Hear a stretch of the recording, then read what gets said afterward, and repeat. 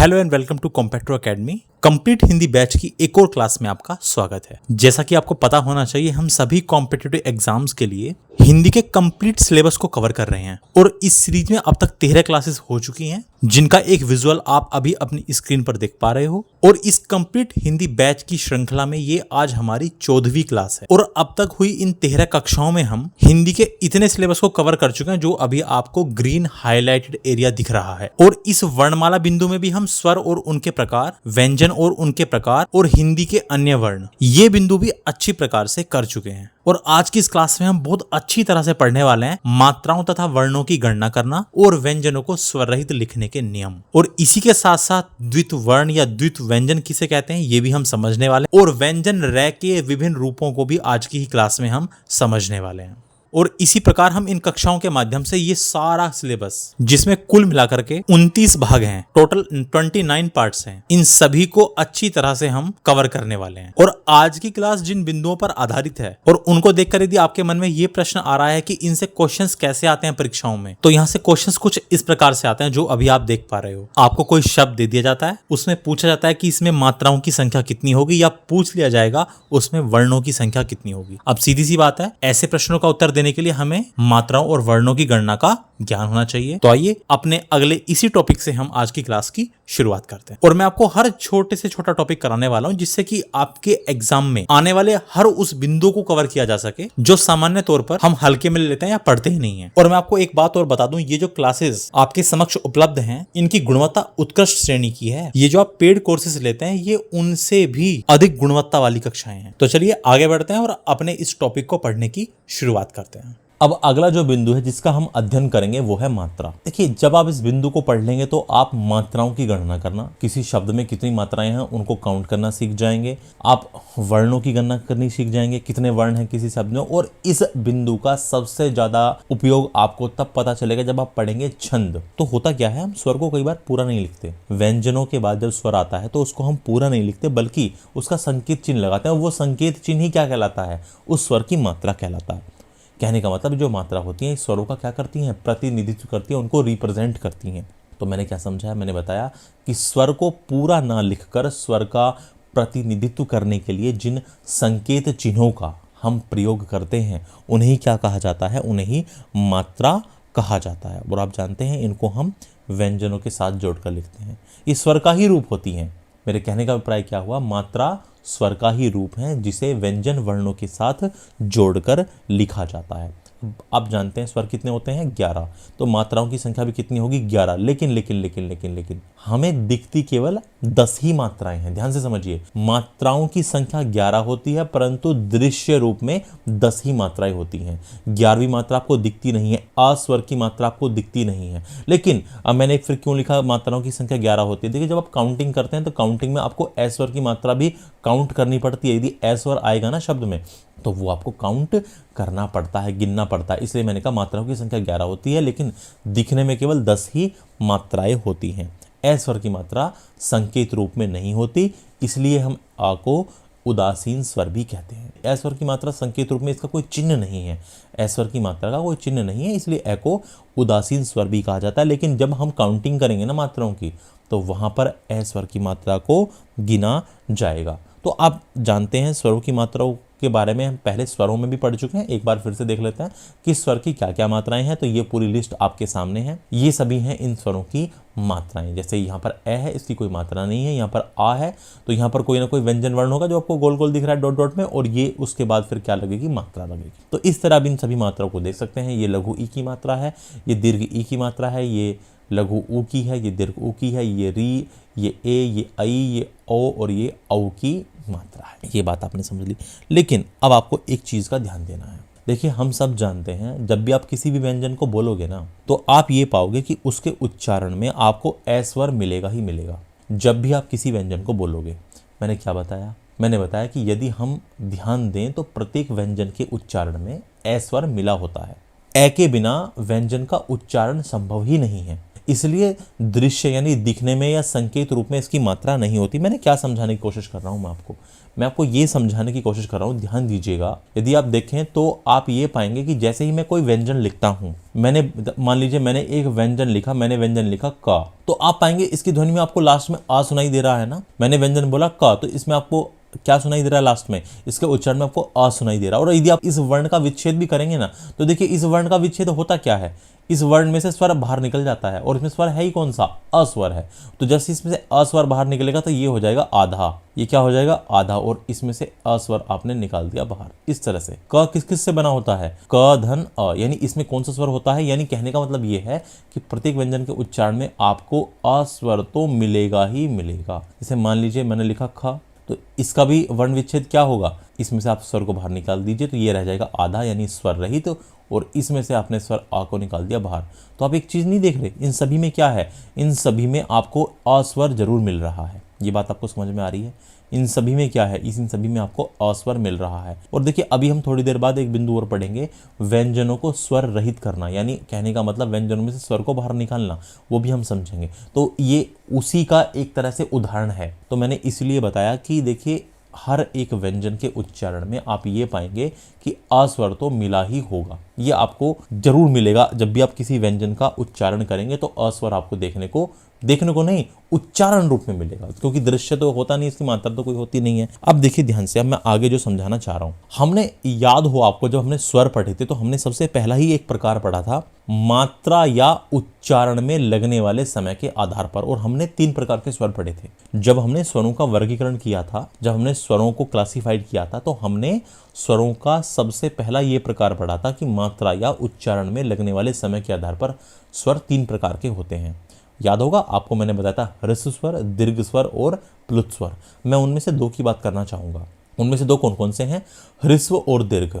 इनकी बात हम क्यों कर रहे हैं, देखिए एक चीज को समझिए, ह्रस्व स्वर कौन कौन से होते हैं और दीर्घ स्वर कौन कौन से हैं। तो उनकी संख्या 4 होते हैं, ह्रस्व स्वर और दीर्घ स्वर होते हैं 7। वो कौन कौन से हैं, वो सभी हैं ये आ, लघु ई, लघु उ और री, ये होते हैं 4 ह्रस्व स्वर, और ये 7 के 7 क्या होते हैं, दीर्घ स्वर। इतनी बात हमने समझ ली थी। याद रखिएगा जब आप काउंटिंग करते हैं तो ह्रस्व स्वर की मात्रा को 1 गिना जाता है और दीर्घ स्वर की मात्रा को 2 गिना जाता है। ह्रस्व स्वर की 1 मात्रा मानी जाती है, दीर्घ स्वर की 2 मात्राएं मानी जाती हैं। तो अब हम आगे जो समझेंगे वो पढ़ेंगे मात्रा व वर्ण की गणना करना। मात्रा को कैसे काउंट करोगे, वर्ण को कैसे काउंट करोगे, ये समझेंगे। अभी मैंने आपको एक बात बताई कि देखिए यदि किसी वर्ण पर, किसी शब्द पर ह्रस्व स्वर की मात्रा हो तो उसको 1 गिना जाएगा। यदि इनमें से कोई किसी एक शब्द की मात्रा हो तो उसको क्या गिना जाएगा, देखिए एक ही दृश्य रूप में मात्रा होती नहीं है, हर व्यंजन के साथ जुड़ा ही होता है। लेकिन इनमें से यदि किसी की भी मात्रा आपको दिख रही है तो किसको कितना काउंट किया जाएगा, उसको 1 काउंट किया जाएगा, 1 गिना जाएगा। और यदि किसी वर्ण पर दीर्घ स्वर की मात्रा हो, उन 7 स्वरों में से किसी की भी मात्रा हो तो उसको कितना गिना जाएगा, 2 गिना जाएगा। उदाहरण के लिए मैं आपको समझाता हूं। जैसे मान लीजिए आपको एक उदाहरण दूं, मैं आपसे कहूं कि कमल शब्द में आप गणना कीजिए कि मात्राएं कितनी हैं और वर्ण कितने हैं। तो सबसे पहले हम कमल शब्द में ना मात्राओं की गणना करते हैं। सबसे पहले इसमें हम मात्राओं की काउंटिंग करते हैं। अब आपको सबसे पहले करना क्या है, जब आप मात्राओं की काउंटिंग करते हैं तो पहले इस कमल शब्द का आप क्या कर दीजिए, वर्ण विच्छेद कर दीजिए, इसको तोड़ दीजिए। देखिए जब आप का को तोड़ेंगे तो इसका ए स्वर बाहर आ जाएगा, तो ये हो जाएगा स्वर रहित कै प्लस ए। का को तोड़ दिया, मैं को तोड़िए तो ये हो जाएगा स्वर रहित मैं और इसका स्वर बाहर आ जाएगा ए।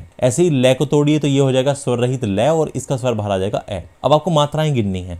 अब देखिए ध्यान दीजिएगा, मात्राएं किसकी होती हैं, स्वरों की। तो अब जब आप मात्राएं काउंट करेंगे, मैंने कहा था ए की जो है वो मात्रा दिखती नहीं है, लेकिन काउंटिंग में आपको उसको गिनना पड़ेगा। तो 1 मात्रा ये हुई, 1 मात्रा ये हुई और 1 मात्रा ये हुई। तो कुल मिला के हमने ये पाया कि इस कमल शब्द में कितनी मात्राएं, 3 मात्राएं हैं। ए उदासीन स्वर है, दृश्य रूप में उसकी मात्रा नहीं होती है, लेकिन जब आप वर्ण विच्छेद करेंगे तो जब भी वो किसी भी वर्ण पर लगा होगा तो मात्रा के रूप में वो काउंट जरूर होगा। अब इसमें मैंने 2 बातें कही हैं, आपको मात्राओं की भी गणना करनी है और वर्णों की भी गणना करनी है। आपको मात्राएं तो हमने काउंट कर ली, अब बात करते हैं वर्ण की।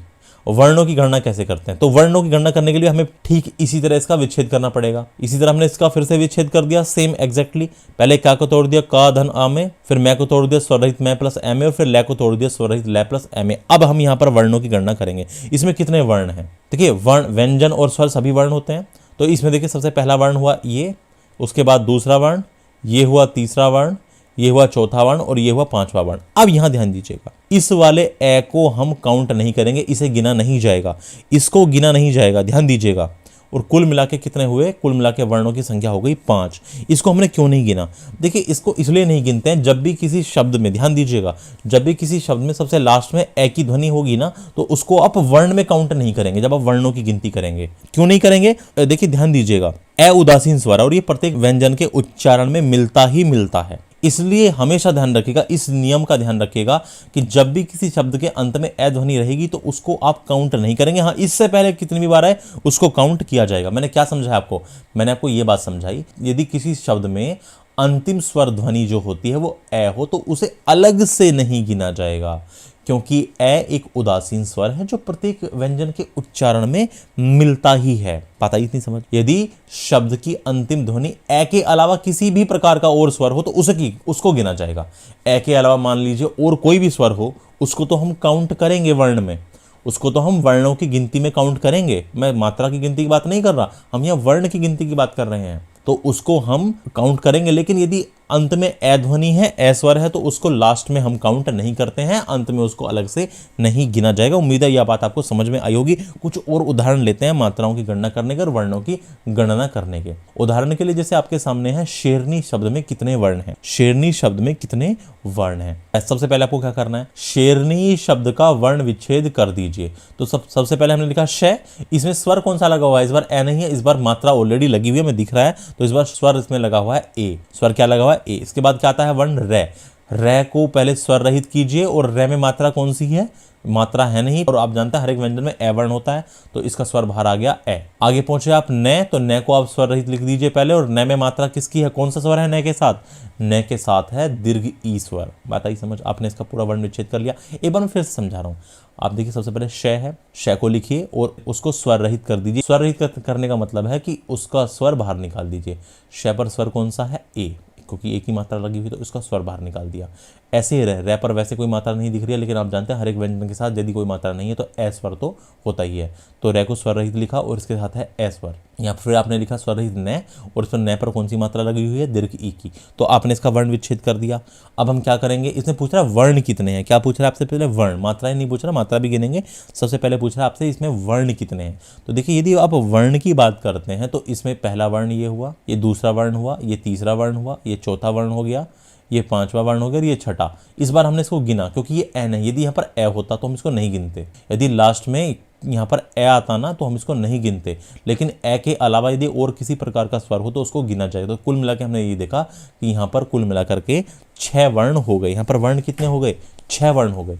अच्छा, यदि इसमें आपसे पूछता मात्राएं कितनी हैं, यदि इसमें आपसे पूछता मात्राएं कितनी हैं, तो देखिए अब ध्यान दीजिएगा, मात्राओं की बात करें तो देखिए ये जो ए है ये दीर्घ स्वर है तो इसकी मात्रा गिनी जाएगी 2। आगे देखा ये आपने लघु स्वर है तो इसकी मात्रा गिनी जाएगी 1, और ये वाला स्वर कैसा है? दीर्घ स्वर है तो इसकी मात्रा गिनी जाएगी 2। तो कुल मिला के यदि आपसे मात्राएं पूछे इसमें तो मात्राएं हैं 5। कितनी मात्राएं हैं? 5 मात्राएं हैं। जब हम मात्राओं को गिनते हैं तो मात्राओं को हम कुछ इस तरह से गिनते हैं। दीर्घ स्वर की होती हैं 2 मात्राएं, लघु स्वर की होती है 1 मात्रा, और दीर्घ स्वर की फिर होती है 2 मात्राएं। इसके अलावा तो और इसमें मात्राएं हैं नहीं। तो वर्ण है इसमें 6, मात्राएं कितनी हैं? मात्राएं हैं इसमें 5। अगला एक और उदाहरण देखते हैं। अब ये कह रहा है कि कोमल शब्द में कितनी मात्राएं हैं। इस बार कोमल शब्द में मात्राएं पूछा है। सबसे पहले आप कोमल शब्द का वर्ण विच्छेद कर दीजिए। देखिए, सबसे पहले हमने लिखा क, और इस बार के ऊपर ए स्वर नहीं, क्योंकि इस बार ऑलरेडी मात्रा स्वर की लगी हुई है, तो इस बार स्वर कौन सा है? ओ। उसके बाद फिर आपने लिखा माँ, माँ के ऊपर कोई मात्रा नहीं है तो मैं को स्वर रहित किया इसमें, यानी ऑटोमेटिकली अपने आप ही यदि किसी पर मात्रा नहीं है तो हर व्यंजन में अपने आप क्या होता है? ए स्वर होता ही होता है। तो मैं को भी आपने लिख दिया कैसे? स्वर रहित मैं प्लस है। फिर ले को लिखिए, ले को कैसे लिखोगे? स्वर रहित ले प्लस ए। ये आपने इसका वर्ण विच्छेद कर दिया। अब आपसे पूछ रहे हैं मात्राएं, तो मात्राएं किसकी होती हैं? स्वरों की। तो देखिए यहाँ पर इसमें ये स्वर है, यहाँ पर एक स्वर है और यहाँ पर एक स्वर है। तो अब गिनिए मात्राओं को। तो ये दीर्घ स्वर है तो 2 मात्राएं गिनी जाएंगी, ये लघु स्वर है 1 मात्रा गिनी जाएगी, ये लघु स्वर है तो कितनी मात्रा गिनी जाएगी? 1 गिनी जाएगी। तो कुल मिला के कितनी मात्राएं हुई? 4 मात्राएं हुई। आपसे पूछेगा कितने वर्ण हैं, तो देखिए 1 वर्ण, 2 वर्ण, 3 वर्ण, 4 वर्ण और 5 वर्ण, क्योंकि लास्ट में ए है इसको हम नहीं गिनेंगे। तो कुल मिला के वर्ण कितने हुए? 5 हुए। ऐसे ही एक उदाहरण और देख लेते हैं। मान लीजिए आपसे पूछे शीतल शब्द में कितनी मात्राएं हैं। शीतल शब्द का सबसे पहले आप क्या कर दीजिए? वर्ण विच्छेद। आपने सबसे पहले श को तोड़ा, तो श में इस बार दीर्घ ई की मात्रा है तो उसको लिख दिया स्वर रहित श प्लस ई। उसके बाद तय को तोड़िए, मात्रा तो कोई नहीं है तो उसको क्या लिख दिया आपने? स्वर रहित तय प्लस ए। लय में कोई मात्रा नहीं है तो आपको इसको क्या लिख दिया? तोड़ के आपने स्वर रहित लय प्लस ए। अब इसके बाद मात्राएं गिनेंगे तो मात्राएं कहाँ पर देखिए, यहाँ पर दीर्घ ई, यहाँ पर ए हो गया और यहाँ पे क्या हो गया, आ हो गया। तो ये दीर्घ है तो इसकी मात्रा क्या गिनी जाएगी, 2। ये लघु है तो उसकी मात्रा गिनी जाएगी 1। ये भी लघु है तो उसकी मात्रा क्या गिनी जाएगी, 1 गिनी जाएगी।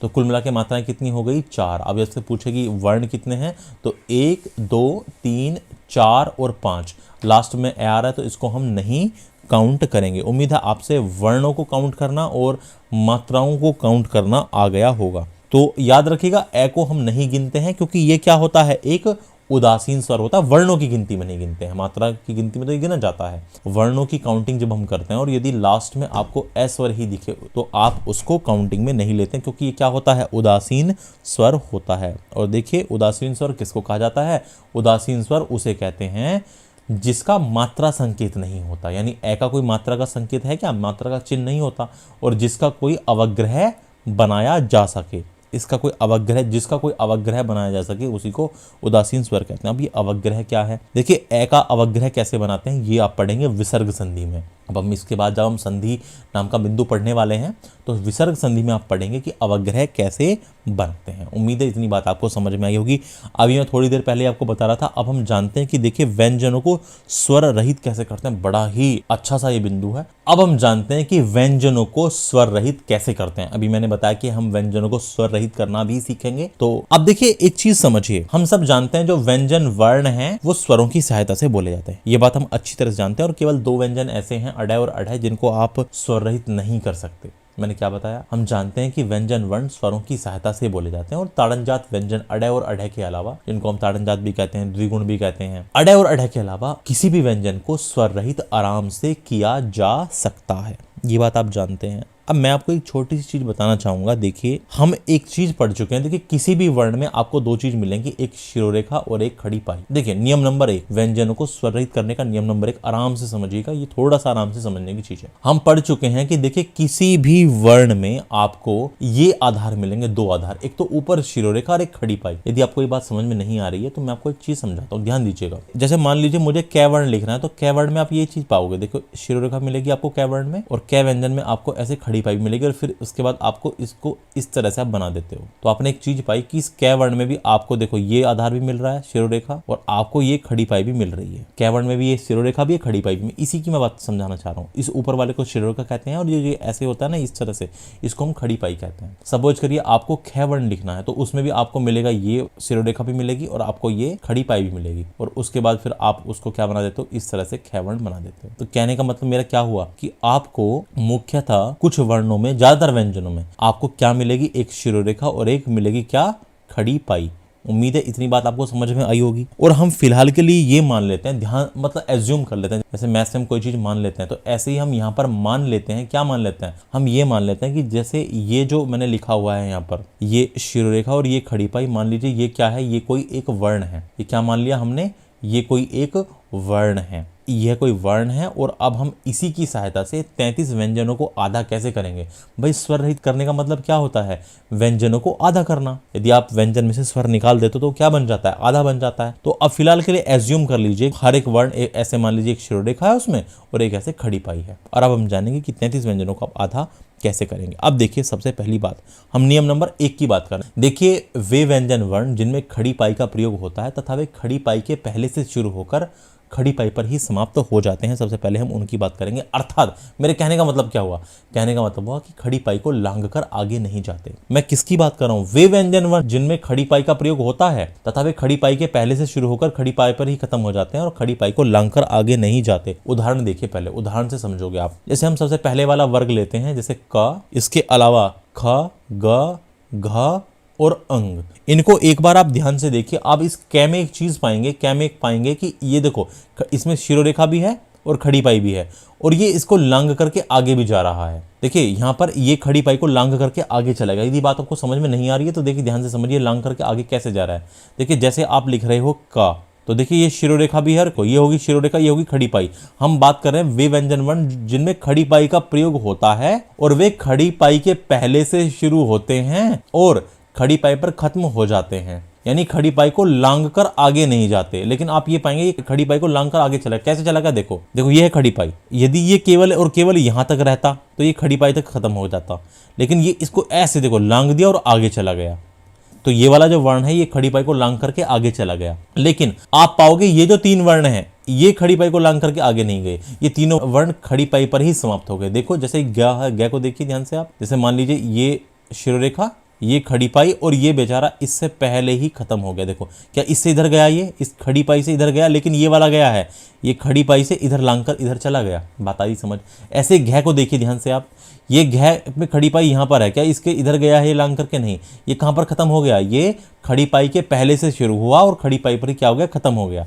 ऐसे ही ये जो आप देख रहे हो ग, अभी मैंने इसका उदाहरण तो समझा चुका हूँ आपको। ऐसे जैसे आप देख रहे हो ख, ये खड़ी पाई से पहले इधर ही शुरू हुआ, खड़ी पाई से क्या खड़ी पाई के इधर लांग कर गया? नहीं। तो सबसे पहले हम किन की बात करेंगे? हम उन वर्णों की बात करेंगे जो इस तरह से खड़ी पाई को लांग करके आगे नहीं जाते हैं। ऐसे वर्ण जो खड़ी पाई को लांग करके आगे नहीं जाते हैं, हम सबसे पहले उनकी बात करने वाले हैं। अब आप सोच रहे हो कि इस अंग का क्या करें भाई? ये देखो, ये इसमें तो खड़ी पाई ही नहीं है, इसमें तो आप पाओगे खड़ी पाई ही नहीं, केवल शिरोरेखा है, इसमें खड़ी पाई ही नहीं है। तो आपने देखा कुछ वर्ण ऐसे हैं जिनमें खड़ी पाई है और खड़ी पाई पर ही समाप्त हो गए, ये खड़ी पाई को लांग करके आगे चलेगा और इनमें खड़ी पाई ही नहीं है। तो हम जो सबसे पहले बात करेंगे, ध्यान दीजिएगा, इनकी, इस कैटेगरी की बात करेंगे। इस कैटेगरी से मेरा मतलब है कि ऐसे वर्ण जो खड़ी पाई से पहले आरंभ होकर खड़ी पाई से पहले ही पूर्ण हो जाते हैं, इनकी तरह खड़ी पाई पर ही खत्म हो गए। ऐसे व्यंजनों की संख्या होती है 22। ऐसे व्यंजनों की संख्या कितनी होती है? 22। अब इनको आधा कैसे करेंगे? देखो, इनको आधा करने के लिए खड़ी पाई को हटा देते हैं। यदि आपको ऐसे व्यंजनों को आधा करना है जो खड़ी पाई पर ही समाप्त हो जाते हैं, उसको लांग करके आगे नहीं जाते, तो यदि ऐसे व्यंजनों को आप आधा करना चाहते हैं तो आपको क्या करना है? उनको आधा करने के लिए जो ये खड़ी पाई है इसको हटा दीजिए आप। देखिए, मान लीजिए आपको ग को आधा करना है, मान लीजिए आपको ग को क्या करना है? आधा करना है। तो खड़ी पाई है ना इसमें, इसको हटा दीजिए। तो हटा दिया आपने खड़ी पाई, ये हो गया आधा। ऐसे व्यंजन जो खड़ी पाई से पहले से शुरू होते हैं, खड़ी पाई पर ही खत्म हो जाते हैं, उनको आधा करने के लिए आपको क्या करना पड़ता है? खड़ी पाई को हटा देना पड़ता है। उदाहरण के लिए देखिए, जैसे मैंने लिखा, मान लीजिए घ, आपको क्या करना है? खड़ी पाई को हटा देना, हो जाएगा आधा। ऐसे ही मान लीजिए आपको उदाहरण के लिए बताऊं ख, करना क्या है? खड़ी पाई को हटा दीजिए, हो जाएगा वर्ण आधा। ऐसे ही आपको आधा करना है, मान लीजिए च, च भी ऐसा ही वर्ण है, देखिए च भी खड़ी पाई पर ही समाप्त हो गया। आप आधा करना है तो आपको क्या करना है? खड़ी पाई को हटा दीजिए। तो आपने क्या समझा? इन वर्णों को यदि आप आधा करना है, ऐसे वर्ण जो खड़ी पाई पर ही समाप्त हो जाते हैं, खड़ी पाई से पहले शुरू होकर, उनको आधा करने के लिए हम खड़ी पाई को हटा देते हैं। उम्मीद है ये बात समझ में आई होगी। अब बात करते हैं नियम नंबर 2 की। अब देखिए नियम नंबर 2 क्या कहता है। नियम नंबर 2 ये कहता है कि वे वर्ण जिनमें खड़ी पाई का प्रयोग होता है और वो इसे लांग कर आगे भी निकल जाता है। अभी हमने जब क वर्ग का उदाहरण लिया था तो वहां पर हमने 3 कैटेगरी समझी थी। कुछ वर्ण ऐसे होते हैं जो खड़ी पाई को लांग करके आगे जाते हैं, जिसके बारे में हम अभी यहाँ पर चर्चा करने वाले हैं। कुछ वर्ण ऐसे होते हैं जो खड़ी पाई से पहले ही शुरू होंगे और खड़ी पाई पर समाप्त हो जाएंगे, जिनकी हम चर्चा नियम नंबर 1 में कर चुके हैं। और कुछ वर्ण ऐसे होते हैं जिनमें खड़ी पाई का प्रयोग ही नहीं होता है, उसकी चर्चा हम इसके बाद में करेंगे। तो अभी हम यहाँ ये देखने जा रहे हैं कि वे वर्ण जिनमें खड़ी पाई का प्रयोग होता है और वे इसे लांग कर आगे निकल जाते हैं। ऐसे कितने व्यंजन हैं? एक तो अभी आपने देखा था क, और इसके अलावा एक और होता है फ। देखिए क और फ आप देख पा रहे हैं, ऐसे व्यंजन हैं जो, देखिए ये खड़ी पाई है, खड़ी पाई को लांग करके ये इस तरफ आ गया राइट हैंड साइड में। ऐसे फ भी खड़ी पाई को लांग करके किधर आ गया? आगे निकल गया। लेकिन ख, ग, घ उनमें देखा था वो खड़ी पाई से आगे नहीं जा रहे थे। तो ये वो वर्ण हैं जिनमें खड़ी पाई का प्रयोग होगा और वो उसको लांग कर आगे भी निकल जाएंगे। अब एक बात समझिए, अब फिर इनको हम आधा कैसे करेंगे? उनको आधा करने के लिए तो खड़ी पाई हटा देते थे, इनको कैसे आधा करेंगे? इनको आधा ऐसे करेंगे, मैं आपको समझा दे रहा हूं, ध्यान दीजिएगा। देखिए खड़ी पाई के जो आगे निकला हुआ भाग है ना, जो भाग खड़ी पाई के आगे निकल चुका है, उस आगे निकले हुए भाग में से आधा हिस्सा हटा देंगे तो वो क्या हो जाएगा? आधा बन जाएगा। नहीं समझ में आई बात? मैं ये समझाना चाह रहा हूं, इन्हें आधा करने के लिए खड़ी पाई के आगे जाने वाले भाग में से आधा भाग हटा दिया जाता है। कैसे हटा दिया जाता है? उदाहरण देखिए, जैसे क है, क में से जो आगे जाने वाला भाग पूरा है, इसमें से आधा भाग हटा दिया, आधा छोड़ दिया, तो क्या हो गया? आधा। क आधा हो गया। देखिए जब आप लिखित रूप में लिखते हैं आधा क्या लिखना होता है, तो आप कभी भी हल चिन्ह का, देखिए हल चिन्ह लगाने से तो हर वर्ण ही आधा हो जाएगा, लेकिन जब हम अपनी रनिंग हैंडराइटिंग में लिखते हैं तो हर चिन्ह को आधा करने के लिए, हर व्यंजन को आधा करने के लिए हल चिन्ह नहीं लगाते ना, हम उसको आधा ऐसे करते हैं। तो इनको आधा करने के लिए होता क्या है? खड़ी पाई से जो आगे निकला हुआ भाग है, आगे निकले हुए भाग में से, आगे जाने वाले भाग में से आधा भाग हटा दिया जाता है। पूरा भाग नहीं हटा सकते। यदि आपने सोचिए पूरा भाग हटा दिया खड़ी पाई के सामने वाला, तो फिर तो ये वह बच जाएगा। यदि आपने पूरा भाग हटा दिया तो क्या बच जाएगा? वह बच जाएगा। ऐसे ही है फ में भी जो आगे निकला हुआ भाग है उसमें से आधा भाग हटा दिया जाता है। देखिए यदि आप इस क वर्ण में से खड़ी पाई से आगे वाला पूरा भाग हटा देते तो ये वह वर्ण बन जाता। यदि आगे जाने वाला भाग पूरा हटा दिया जाता तो ये क्या बन जाता? जाता, वे व्यंजन बन जाता। और ऐसे यदि आप यहां पर हटा देते तो ये क्या बन जाता, ये पै व्यंजन बन जाता। यदि पूरा भाग हटा देते तो आपको समझ में आया कि वे वर्ण जिनमें खड़ी पाई का प्रयोग होता है और वो उसको लांग कर आगे भी चले जाते हैं, तो जो जितना भाग उन्होंने लांग कर वो आगे गए हैं उस भाग का आधा भाग हम हटा देते हैं, तो वो व्यंजन कैसा हो जाता है, वो वर्ण आधा हो जाता है। ये था हमारा नियम नंबर 2। अब बात करते हैं नियम नंबर 3 की, जिसमें खड़ी पाई का प्रयोग ही नहीं होता है, ऐसे व्यंजन जिनमें खड़ी पाई का हम प्रयोग ही नहीं करते हैं। तो नियम नंबर 3 ये बताता है कि देखिए ऐसे वर्ण जिनमें खड़ी पाई का प्रयोग ही नहीं होता है, ऐसे व्यंजनों की संख्या कितनी होती है, 9। देखिए 22 व्यंजन तो वे हैं जिनमें खड़ी पाई का प्रयोग होता है और खड़ी पाई को लांग करके आगे नहीं जाते। इसके अलावा 2 व्यंजन ऐसे होते हैं जिनमें खड़ी पाई का प्रयोग होता है और वो लांग करके आगे जाते हैं, कै और फै। अब इसके अलावा जो बच गए 9, क्योंकि 33 व्यंजन होते हैं, अब इसमें से 9 बच गए 33 में से, ये ऐसे हैं जिनमें खड़ी पाई का प्रयोग ही नहीं होता है। और ये हैं कौन कौन से, देखिए इसकी पूरी की पूरी सूची है ये आपके सामने, ये आप देख सकते हो, ये पूरी सूची है। ये अंग, ये छ, टे, ठे, डे, ढे, दे, रे और है, ये सभी वो हैं जिनमें आप देख पा रहे हो शिरोरेखा तो है, खड़ी पाई का प्रयोग इनमें नहीं हो रहा है, इनमें कहीं भी खड़ी पाई का प्रयोग होता हुआ आपको नहीं दिख रहा है। अब ध्यान दीजिएगा, मैंने देखिए यहाँ पर रे को कुछ अलग बनाया हुआ है, अलग किया हुआ है। रे को अलग क्यों किया हुआ है, इस चीज को समझिए। देखिए रे के अलावा, इस रे को हम अलग से समझेंगे, इस रे के अलावा जितने भी बचे हुए ये 8 व्यंजन दिख रहे हैं ना आपको, रे के अलावा बचे हुए जितने भी आपको ये 8 व्यंजन दिख रहे हैं, इनको हम गोल वर्ण भी कहते हैं। इनको हम क्या कहते हैं, गोल वर्ण भी कहते हैं। रे के अलावा जितने आपको बचे हुए 8 व्यंजन दिख, गोल वर्ण क्यों कहा जाता है, गोल वर्ण इसलिए कहा जाता है, आप देखिए इनकी बनावट देखिए, नीचे की तरफ आप पाएंगे हल्का सा गोल गोल घुमाव है। देखिए सभी में नीचे क्या है, गोल गोल घुमाव है, नीचे हल्का सा गोल गोल घुमाव है, गोल गोल घुमाव है, गोल गोल घुमाव है। यानी कहने का मतलब ये होता है जब आप इनको लिखोगे तो कलम को आपको क्या घुमाना पड़ेगा, गोल घुमाना पड़ेगा, क्योंकि इन सभी को लिखने के लिए नीचे कलम को गोल जैसा घुमाना पड़ता है। इसलिए इन वर्णों को हमने क्या नाम दिया है, गोल वर्ण नाम दिया है इन सभी को। जब आप नीचे की तरफ जाते हो इनको लिखते हुए तो नीचे कुछ कलम को आपको गोल के जैसा घुमाना पड़ता है, इसलिए इनको हमने क्या नाम दिया, इन 8 वर्णों को, इनको हमने नाम दिया गोल वर्ण। नीचे की तरफ से आप इनकी शेप देखिए, हल्का हल्का सभी में आपको क्या दिखेगा, कर्व दिखेगा। अब फिर इनको हम आधा कैसे करते हैं, देखिए इन वर्णों को यदि आपको आधा लिखना है तो इनको आधा करने के लिए इनके नीचे हल चिन्ह का यानी हलंत का प्रयोग किया जाता है। इनको यदि आपको आधा करना है तो इस तरह से आप इनको आधा कर सकते हैं। सभी के नीचे क्या लगा दीजिएगा, हल चिन्ह, हलंत का प्रयोग करिएगा तो वो क्या हो जाएगा, वो वर्ण आधा हो जाएगा। तो जब लिखित रूप में हम इस तरह से इनको आधा कर देते हैं। उम्मीद है ये बात आपको समझ में आई होगी, बड़ी ही आसान है। अब एक वर्ण बच गया जो हमारा क्या है, रे। इसको हम समझेंगे अपने नियम संख्या 4 के माध्यम से। देखिए जब बात रे की जाएगी तो ये रे ना तो गोल वर्ण है और ना इसमें खड़ी पाई का प्रयोग हो रहा है। इस चीज को समझिए, ना तो यह खड़ी पाई का वर्ण है और ना ही ये गोल वर्ण है, तो फिर ये है कैसा वर्ण,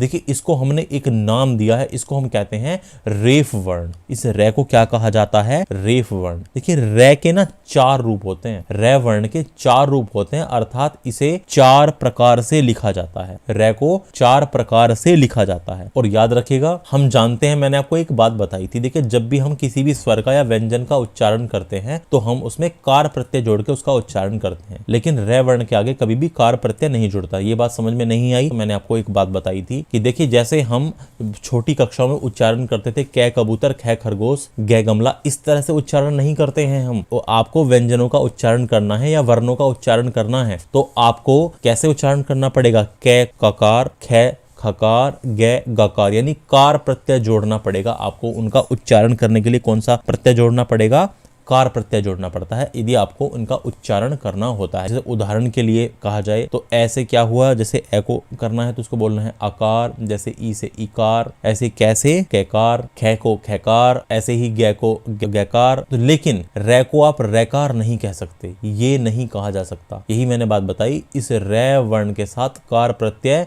नहीं जुड़ता है, ये ध्यान रखिएगा। तो फिर इसको क्या कहेंगे, फिर रे को बोलेंगे रेफ। रे को क्या बोलेंगे, रेफ वर्ण। ये रेफ वर्ण होता है। और हमने इस रे के बारे में एक और बात ही पढ़ी है कि इसको हम उच्चारण के आधार पर क्या बोलते हैं, प्रकंपित या लुंठित वर्ण भी कहते हैं। रे को हम क्या बोलते हैं, प्रकंपित या लुंठित वर्ण भी कहते हैं। ये बात ध्यान रखिएगा। अब मैंने एक बात यहाँ पर बताई है कि इस वर्ण के 4 रूप होते हैं, तो रे के उन 4 रूपों को अब हम देखते हैं कि आखिरकार वे रे के 4 रूप होते किस प्रकार से हैं। आइए अब समझते हैं हम रे के अलग अलग रूपों को, रे के विभिन्न रूप। अब ये रे के अलग अलग रूप होते कैसे हैं, तो इसके लिए एक बार आप इन 4 शब्दों को देखिए। ये जो 4 शब्द अभी आपके सामने हैं, राम, प्रश्न, राष्ट्र और गर्व, तो आप पाएंगे कि इस शब्द में आपको यहां पर रे दिख रहा है, इस वाले शब्द में आपको रे यहां दिख रहा है, और इस शब्द में रे यहां पर दिख रहा है, और इस शब्द में रे यहां पर दिख रहा है। तो अब आपने एक बात नोट की, यहां तो रे हमें इस रूप में दिख रहा है,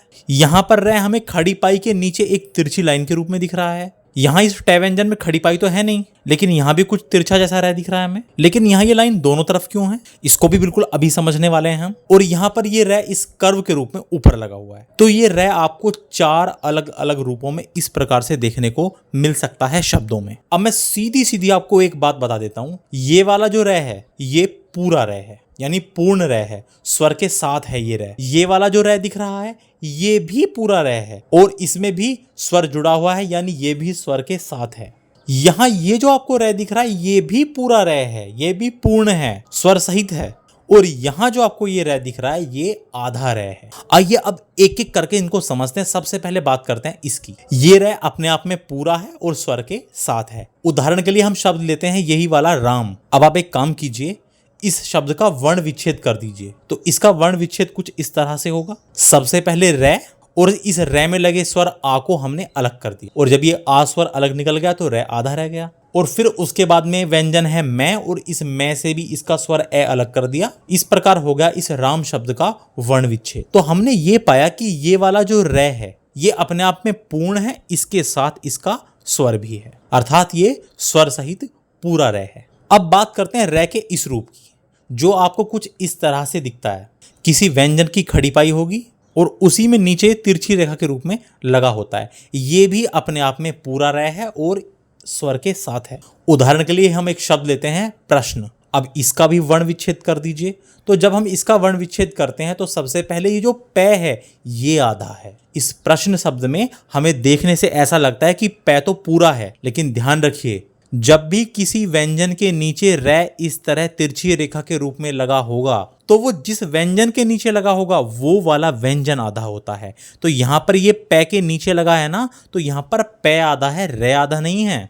यहां पर पै आधा है, इसके साथ कोई स्वर नहीं है। और ये जो रे है ये रे पूरा है, अपने स्वर के साथ है। इसके बाद ये जो श है ये आधा है और न पूर्ण है, स्वर सहित है। अभी मैंने सभी वर्णों का पूरा विच्छेद नहीं किया है, अभी इनका पूरा विच्छेद कर देते हैं। तो सबसे पहले आधा पै, और उसके बाद ये जो रे है ये पूर्ण है और इस रे में ए स्वर जुड़ा हुआ है। भाई जब कोई मात्रा नहीं होती किसी व्यंजन के साथ तो उसमें क्या स्वर जुड़ा होता है, उसमें ए स्वर जुड़ा होता है। इसके बाद यहाँ पर जो ये श है ये स्वर रहित है, यानी आधा है। फिर उसके बाद जो न है ये पूर्ण है, ये पूरा है, और इसका हमने ए स्वर अलग लिख दिया। तो ये इसका पूरा वर्ण विच्छेद है।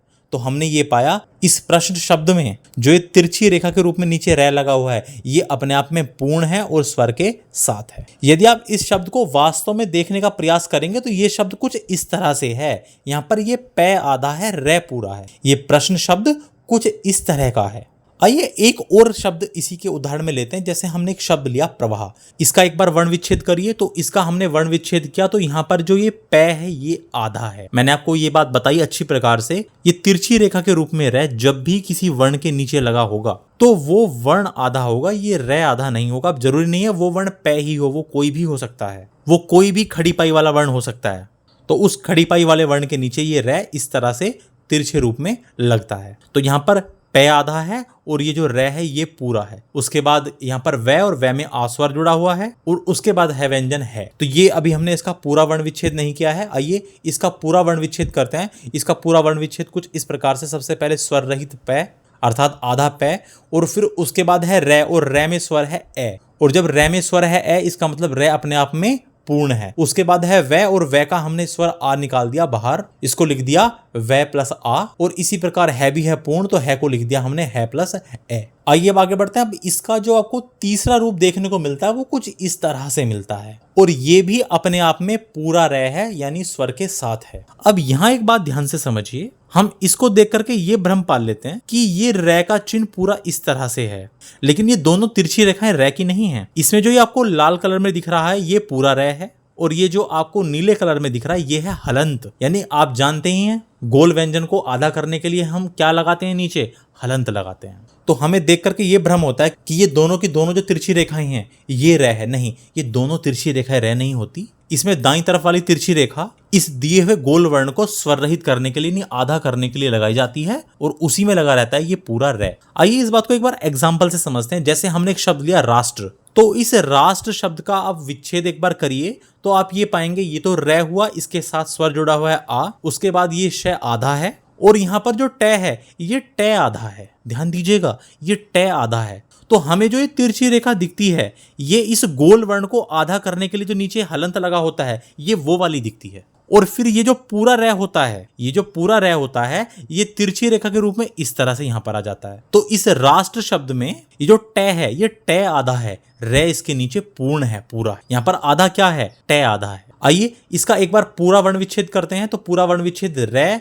और रे में जुड़े आस्वर को हमने अलग कर दिया। यहां पर श पहले से ही आधा है और यहां पर टे आधा है, टे के साथ कोई स्वर नहीं है। और ये जो रे है ये रे पूर्ण है, रे में ए स्वर जुड़ा हुआ है, रे अपने आप में पूर्ण है। एक और शब्द लेते हैं, जैसे हमने शब्द लिया ड्रामा। अब इस ड्रामा शब्द में ये जो डे है, डे के नीचे यहां पर ये लगा हुआ है हलंत और ये है पूरा रे, यानी यहाँ पर डे आधा है। इसका विच्छेद करेंगे तो यहाँ पर पाएंगे डे आधा है और रे पूरा है और रे में स्वर है इस बार आ और उसके बाद मैं में भी स्वर है आ। इस शब्द का एक बार पूरा वर्ण विच्छेद कर दीजिए तो आप पाएंगे यहाँ पर डे आधा है और रे पूरा है और रे के साथ स्वर जुड़ा हुआ है आ। और इसी प्रकार मैं भी अपने आप में पूर्ण है और इसमें स्वर जुड़ा हुआ है आ। तो मैं उम्मीद कर रहा हूं ये बात भी आपको समझ में आ गई कि जब आपको किसी शब्द के नीचे इस तरह से दो तिरछी लाइन दिखती हैं तो उसमें ये तो होता है हलंत जो ऊपर वाले इस वर्ण को आधा करने के लिए आता है और ये वाला होता है पूर्ण रे। तो फिर बात आती है आधा रे कैसे होता है। आधा रे होता है इस प्रकार से, जब रे आधा लिखा जाता है तो ये शिरोरेखा के ऊपर इस तरह से कर्व के रूप में आता है, ये वाला रे आधा होता है। फॉर एग्जाम्पल जैसे हमने एक शब्द लिया वर्ष, इसका विच्छेद करिए तो यहाँ पर वह पूरा है और इस बार ये जो रे है यहाँ आधा है, इसके साथ कोई स्वर नहीं है और उसके बाद ये श भी अपने पूर्ण रूप में है। इस शब्द का पूरा वर्ण विच्छेद करिए तो यहाँ पर हमने वह को लिख दिया वह प्लस ए, क्योंकि ये यहाँ पर वह पूर्ण है, इसका ए स्वर हमने अलग करके लिख दिया। और यहाँ पर ये जो रे है ये रे आधा है, इस बार इसके साथ कोई स्वर नहीं है। और ये जो श है ये श पूरा है और हमने इसके स्वर को अलग करके यहाँ पर लिख दिया श प्लस ए। तो हमने पाया यहाँ पर ये वाला रे आधा है और जब रे आधा होगा तो वो इस रूप में लगता है। तो यहां से हमने क्या बातें समझी, आप बस केवल दो बातें याद रखना। जब भी रे का प्रयोग शिरोरेखा से नीचे की तरफ होगा तो वो हमेशा होगा पूर्ण यानी पूरा रे, और जब भी रे का प्रयोग शिरोरेखा से ऊपर होगा, देखिए यहां पर ये शिरोरेखा से ऊपर है तो वह हमेशा आधा होगा। फॉर एग्जाम्पल जो हमने चारों शब्द लिए थे इन पर एक बार आप निगाह डालिए। देखिए यहाँ पर ये रे शिरोरेखा से नीचे है, पूरा है। यहाँ पर भी ये रे इस प्रश्न शब्द में नीचे की तरफ है, यानी शिरोरेखा से तो नीचे ही है ना, तो ये भी पूरा है। यहाँ पर भी ये रे इस शिरोरेखा से नीचे है। इस राष्ट्र शब्द में भी भाई रे तो इस शिरोरेखा से नीचे ही है, तो यहाँ भी ये कैसा होगा, पूर्ण होगा। लेकिन यहाँ पर ये रे इस शिरोरेखा से ऊपर की तरफ है तो हमेशा ये कैसा होगा, आधा होगा। बड़ी ही सिंपल सी बात थी। मैं उम्मीद कर रहा हूँ आपको ये रे के सभी रूप समझ में आ गए। आइए अब इसके बाद हम समझने का प्रयास करते हैं द्वित्व वर्ण को, जो दिखता है संयुक्ताक्षर के जैसा। और जैसा कि आप जानते हैं हम इस वर्णमाला बिंदु को काफी गहराई से पढ़ रहे हैं और मैं आपको संयुक्त अक्षर को पहले ही 2 बार बता चुका हूं, 2 बार समझा चुका हूं। इसी से जुड़ता हुआ है द्वित्व वर्ण। इस संयुक्ताक्षर के जैसा ही होता है द्वित्व वर्ण। और संयुक्ताक्षर के बारे में मैं आपको पहले ही बता चुका हूं कि यदि किसी वर्ण में 2 व्यंजन और 1 स्वर का योग हो, यानी कम से कम कुल 3 ध्वनियां जुड़कर एक वर्ण को बना रही हों, तो उसी को हम संयुक्ताक्षर कहते हैं। और मानक रूप में हिंदी में 4 संयुक्ताक्षर हैं, अक्ष, त्र, ज्ञ और श। ये 4 मानक रूप में संयुक्ताक्षर माने जाते हैं हिंदी में। वैसे तो बहुत सारे हो सकते हैं संयुक्ताक्षर, लेकिन संकेत रूप में देवनागरी लिपि में इन 4 को मान्यता मिली है। लेकिन हमें यहाँ संयुक्ताक्षर को नहीं समझना है, हमें यहाँ संयुक्ताक्षर के साथ द्वित्व वर्ण को समझना है।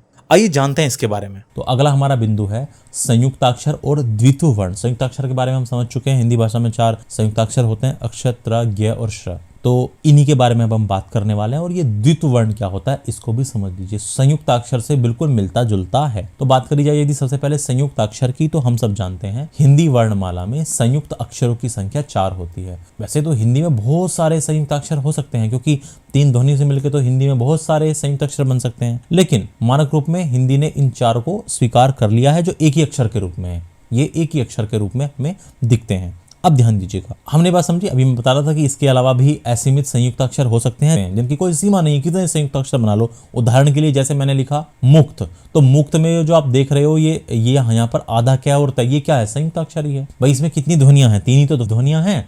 ये बात समझ में आ रही है आपको? ऐसे ही जैसे उदाहरण के लिए मैंने लिखा मुफ्त, तो मुफ्त में ये आधा फै और तय क्या है? ये संयुक्ताक्षर है। तो असीमित संयुक्ताक्षर हो सकते हैं। देखिए संयुक्ताक्षर कितनी ध्वनियों से मिलकर बना होता है? संयुक्ताक्षर 3 ध्वनियों से मिलकर बना होता है, 2 व्यंजन ध्वनियां और 1 स्वर। तो अब देखिए मुक्त में जो हमने यहाँ पर लिखा है ये आधा कै और त, ये संयुक्ताक्षर अपने आप में। ऐसे ही आधा फै और तय, ये भी क्या है? ये संयुक्ताक्षर है। संयुक्ताक्षर कैसे हैं? देखिए यदि आप आधे कै और तय को आप विच्छेद करेंगे तो आप क्या पाएंगे? इसमें एक ध्वनि तो होगी आधे कै की, और इस तय में भी क्या है? इस तय में से स्वर बाहर निकाल देंगे तो ये क्या हो जाएगा? आधा तय प्लस ए। तो देखिए आपको 3 ध्वनियां मिल रही हैं, 1 वर्ण, 2 वर्ण और 3 वर्ण, यानी 3 वर्ण मिलकर बना है। तो ये अपने आप में क्या हो गया? अपने आप में ये हो गया संयुक्ताक्षर। ऐसे ही यहाँ भी देखिए आप, इसमें भी कितनी ध्वनियां हैं? इसमें भी 3 ही ध्वनियां हैं, 2 व्यंजन हैं। देखिए इसमें आधा तो फै है, फिर उसके बाद क्या है? तय है। तो तय को भी क्या लिख सकते हो आप? तय, और इसका स्वर बाहर निकाल दीजिए तो इसमें भी आप क्या पाएंगे? 3 ध्वनियां होंगी। तो इसलिए मैंने कहा कि इनके अलावा भी हिंदी में असीमित संयुक्ताक्षर हो सकते हैं, लेकिन मानक रूप में जो एक ही अक्षर के रूप में लिखे जाते हैं वो ये 4 हैं। इतनी बात समझ में आती है? तो संयुक्ताक्षर समझ में आया? संयुक्ताक्षर वो होता है, ध्यान दीजिएगा, जो 3 वर्णों से मिलकर बना हो। संयुक्ताक्षर क्या होता है? संयुक्ताक्षर उसको कहते हैं जो 3 वर्णों से, 3 ध्वनियों से मिलकर बना होता है, जिसमें 2 होते हैं व्यंजन और 1 होता है स्वर। उम्मीद है इतनी बात आपको समझ में आई होगी। और संयुक्ताक्षर में जो पहला वर्ण होता है वो हमेशा आधा होता है और दूसरा वर्ण पूरा होता है। संयुक्ताक्षर में पहला वर्ण कैसा होता है? आधा, और दूसरा वर्ण होता है पूरा। तो आप देख पाओगे, देखिए इनमें, इन संयुक्ताक्षर में पहला वाला वर्ण आधा है और दूसरे वाला वर्ण पूरा है। पहले वाला वर्ण आधा है और दूसरे वाला वर्ण कैसा है? पूरा है। जैसे आप इसको भी देखते हो, अक्षर को भी देखते हो, तो इसमें भी क्या है? इसका भी विच्छेद क्या होता है? इसमें जो पहला वाला वर्ण होता है वो तो आधा होता है और दूसरे वाला वर्ण क्या होता है? पूरा होता है। तभी तो 3 ध्वनियां बनती हैं, 1 ध्वनि ये और 2 ध्वनियां होती हैं इसमें, क्योंकि इसमें स्वर बाहर निकालेंगे हम। इसको भी मैं श प्लस ए लिख सकता हूँ, तो इस तरह 3 ध्वनियां हो जाती हैं। इतनी बात समझ में आ रही है? कोई दिक्कत नहीं। मेरे कहने का अभिप्राय ये हुआ कि कुल मिलाकर के आपको इसमें एक आधा वर्ण दिखता है, यानी ये दिखा आपको हाफ, और ये दिखता है आपको पूरा। हमने क्या समझा? हमने ये समझा कि कुल मिलाकर इसमें कितनी ध्वनियां होती हैं? एक आधी और दूसरे वाली ध्वनि पूरी, यानी 1/2 प्लस 1। एक आधा वर्ण होता है और दूसरे वाला वर्ण होता है पूरा। इतनी बात समझ में आ रही है? कहने का मतलब ये हुआ कि जहां पर आपको 1 और आधा यानी 1.5 वर्ण, जहां पर आपको 1.5 वर्ण लिखे दिखें तो वही क्या होता है? संयुक्ताक्षर। जहां पर आपको 1.5 वर्ण लिखे हों, जहां आपने कितने लिखे हों? 1.5 वर्ण लिखे हों या लिखे दिख जाएं आपको, तो वही क्या होगा? संयुक्ताक्षर होगा। अब सेम कुछ ऐसा ही है द्वित्व वर्ण। ऐसा ही क्या है? द्वित्व वर्ण भी ऐसा ही है। अब देखिए द्वित्व वर्ण को समझिए। द्वित्व वर्ण में और संयुक्ताक्षर में फर्क बस इतना है, द्वित्व वर्ण में संयुक्ताक्षर में फर्क बस इतना है, यदि आधा वर्ण और पूरा वर्ण, यदि आधा वर्ण और जो पूरा वर्ण है वो कैसे हो? समान हो, सेम हो, तो वो द्वित्व वर्ण कहलाता है। जैसे यहाँ पर ये आधा वर्ण कै है और ये तय, दोनों अलग अलग हैं। उदाहरण देखिए, उदाहरण के लिए समझिए, जैसे हमने लिखा मक्का, तो मक्का में यहाँ आप देख पा रहे हो आप आधा कै और पूरा कै, तो आधा वाला और ये पूरा कै दोनों समान है, तो इसको द्वित्व वर्ण बोलेंगे। ये अपने आप में संयुक्ताक्षर तो है ही है। देखिए इसको हम अपने आप में संयुक्ताक्षर तो बोलेंगे, संयुक्ताक्षर तो है ही है, लेकिन इसके साथ साथ इसको हम द्वित्व वर्ण भी कहेंगे। द्वित्व वर्ण क्योंकि जो आधा और पूरा है, 3 ध्वनियां हैं, ये आधा कै और फिर पूरा कै है, 1.5 वर्ण हो गया पूरा, ये संयुक्ताक्षर तो है ही है, लेकिन ये ऐसा संयुक्ताक्षर है जिसका आधा और पूरा दोनों कैसे हैं? समान हैं, तो ऐसे कोई बोला जाता है द्वित्व वर्ण। जैसे उदाहरण के लिए मैं एक और उदाहरण आपके सामने लिखूं, मान लीजिए मैंने लिखा, जैसे एक और शब्द मैंने लिखा सत्ता। मैंने क्या लिखा? एक शब्द सत्ता। तो इस सत्ता शब्द में जो आप पाओगे ये आधा तय और ये पूरा तय, ये क्या है? यही है द्वित्व वर्ण। वैसे संयुक्ताक्षर तो ये है ही हैं, लेकिन यही क्या होगा? इसी को हम बोलेंगे द्वित्व वर्ण। उम्मीद है ये द्वित्व वर्ण वाली बात आपको समझ में आई होगी। यानी संयुक्ताक्षर की वे 1.5 ध्वनियां जो बिल्कुल दोनों सेम हो। यहाँ पर देखिए कै और तय अलग अलग हैं, संयुक्ताक्षर है ये। यहाँ पर फै और तय दोनों अलग अलग हैं, लेकिन यदि दोनों एक जैसी हो जाएं तो उसको हम क्या बोलते हैं? उसको हम द्वित्व वर्ण भी बोलते हैं। उम्मीद है इतनी बात समझ में आई होगी।